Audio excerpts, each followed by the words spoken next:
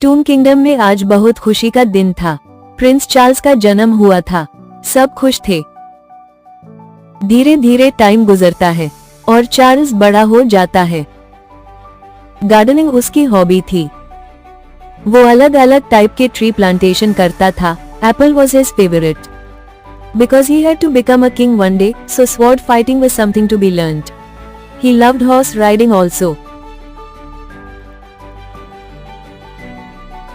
वो गार्डन में एप्पल्स खुद प्लक करता था, खुद भी खाता और अपने फ्रेंड्स को भी खिलाता। एप्पल्स वर सो डिलिशियस। उसके फ्रेंड्स भी उसकी हेल्प करते थे इन क्लीनिंग द गार्डन।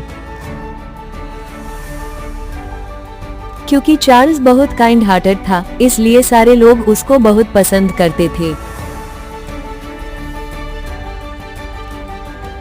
अब उसकी शादी करने का टाइम आ गया था। किंग एंड क्वीन अपने मिनिस्टर्स को सूटेबल मैच सर्च करने के लिए कहते हैं। सब मिनिस्टर्स कुछ प्रपोजल्स लेकर आते हैं। क्वीन चार्ल्स से डिस्कस करती है। वो उसको प्रोस्पेक्ट से मिलने के लिए फोर्स करती है।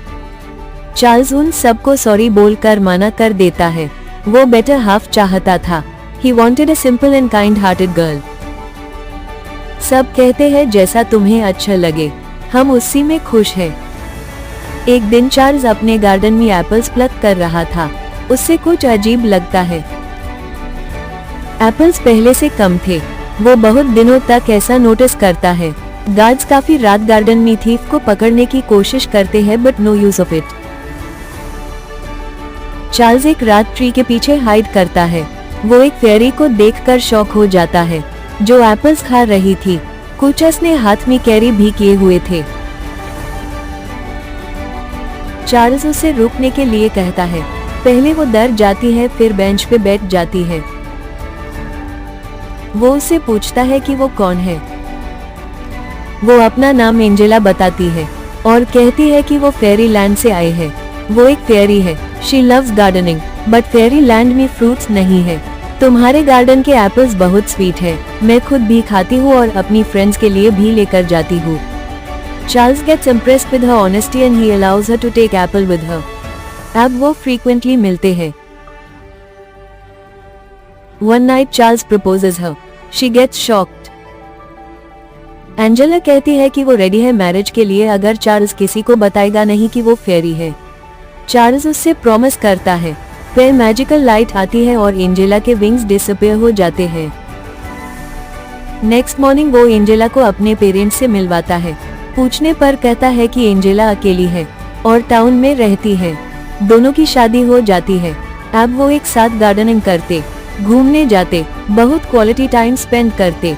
कुछ सालों बाद प्रिंस आर्थर का जन्म होता है।